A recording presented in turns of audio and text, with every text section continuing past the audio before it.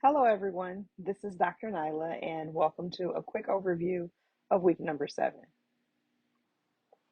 This week, we will cover the male and female GU system, and we will also take a look at STD screening recommendations and the management of STDs. When it comes to urinary tract infections, it is extremely important. I feel like I use that statement a lot, but it is very important that you understand how UTIs develop, and the culprit is typically going to be fecal flora. So E. coli is the number one cause of UTIs, and I can almost guarantee you that you will see something to that effect on your board examinations, and you will be asked this ad nauseum, probably in your clinical environment. I want you to know the common symptoms of UTIs, and those symptoms will be increased urination. There will be some dysuria, some urgency. Some patients will complain of suprapubic pressure. And with UTIs, if that bacteria that is in the bladder begins to ascend to the kidneys, that's where we get into pyelonephritis. Pyelonephritis is a kidney infection, and the symptoms that you will begin to see will be fever, chills, flank pain. Some patients will also have some nausea and vomiting. When it comes to the management of UTIs, there is basic information that I expect you to be able to gather. That information includes things like the vitals. You should get a pretty detailed history on the patient.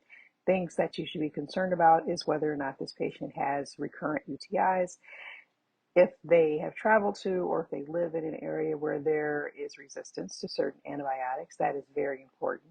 You should know about the patient's allergies. You should know the results of the urinalysis. When it comes to defining a UTI, the urine culture is actually what is definitive. You should know if there is additional testing that needs to be completed. You should also have several antibiotics prepared as far as treatment options for patients with UTI. So there's first line, there is medicines to give patients if they have renal problems, or if they're allergic to some of the first line medications, or if you're concerned with a possible pyelonephritis. So make sure you have some medicines in your arsenals to treat UTIs. And I'll add to the previous slide, when it comes to UTIs, know when it's time to refer. What are symptoms that would make you recommend that a patient goes to the emergency room? We will now move on to the male GU system. Please study acute scrotal pain. I expect that you guys will be able to know what the common causes of acute scrotal pain are.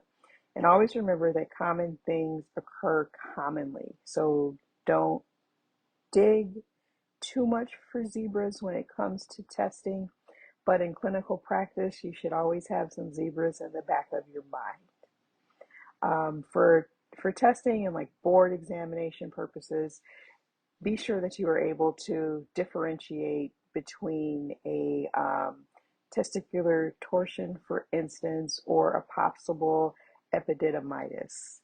Know the signs of testicular cancer. Know the signs of an inguinal hernia. You should know when to expect to refer and what the basic management principles are for these conditions. And please excuse the background noise. I have a newborn, and sometimes she cries, and that's what she's doing right now. Differential lists are foundational. You guys are getting quite a bit of practice this semester in the development of differential lists, and you will need this to look at and identify things that occur commonly, as well as the zebras. So just make sure you have a very robust differential list. I have highlighted here Fournier's gangrene. That should be on your differential list, and I want you guys to take some time to look that up just in your spare time. I don't expect to see this tested in great detail, but it is something that you should have in the back of your mind as a possible cause for testicular pain in men. When I have the opportunity to leave you with clinical pearls, I definitely do so. When it comes to testicular torsion, this is something that has to be diagnosed quickly. So you can't take your time getting to the possibility of testicular torsion because there is the risk of the patient losing a testicle. So if you have this as a suspicion, these patients need an ultrasound right away. They need urology referrals, and please do not just depend on a physical exam because your physical exam can fool you, and then you may think that you don't have a testicular torsion and the ultrasound will reveal something different. It's also important to remember that this is something that is less likely to happen after the age of 25, but it can still happen. So you don't want to completely take this off of your differential list when it comes to testicular pain in a 30-year-old male because it is very possible that this is what he's dealing with. There are some areas that I would like you to focus some of your study time on. These areas include prostate health. Know what the screening recommendations are for prostate disorders. Know what the risk factors are for prostate disease and know about BPH and how to manage that. Another area is sexual dysfunction. Know what the diagnostic criteria is for the diagnosis of sexual dysfunction. Also know how we go about managing that medically. You should know the do's and the don'ts of managing sexual dysfunction. The next topic that we will cover is sexually transmitted infections. There are a lot of people with sexually transmitted infections in the United States of America.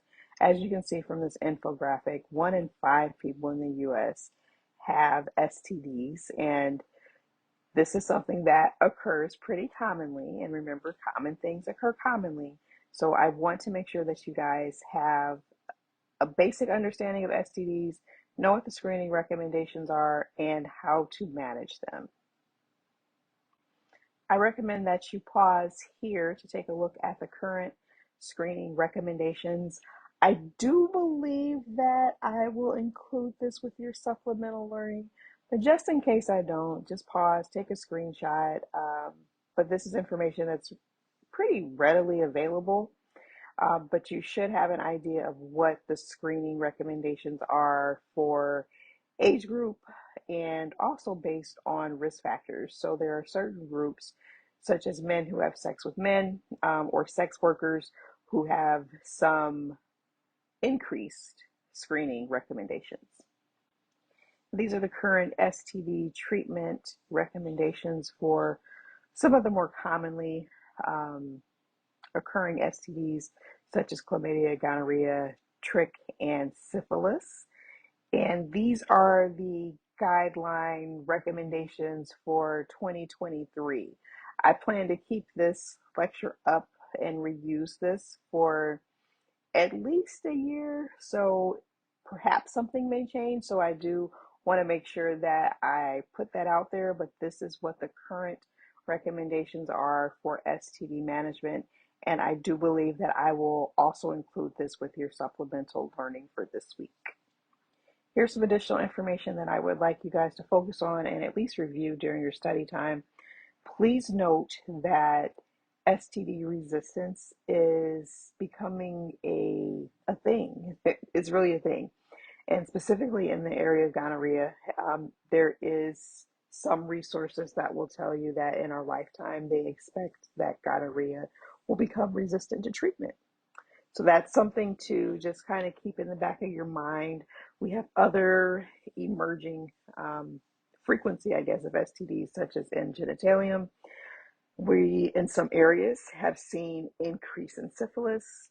You should know how to diagnose and manage herpes and also hepatitis. So the management of hepatitis has changed some over the last, I'd say, decade. So make sure that you know how we go about managing screening for hepatitis, herpes, syphilis, when do we test for M. genitalium, and what is happening in the area of gonorrhea. That wraps everything up. If you have questions, you know how to reach me. My information is within the course syllabus and on the course announcements. And here's a list of the references that I used for this presentation. And in your course with your supplemental learning, there are references there as well. All right, good luck, guys.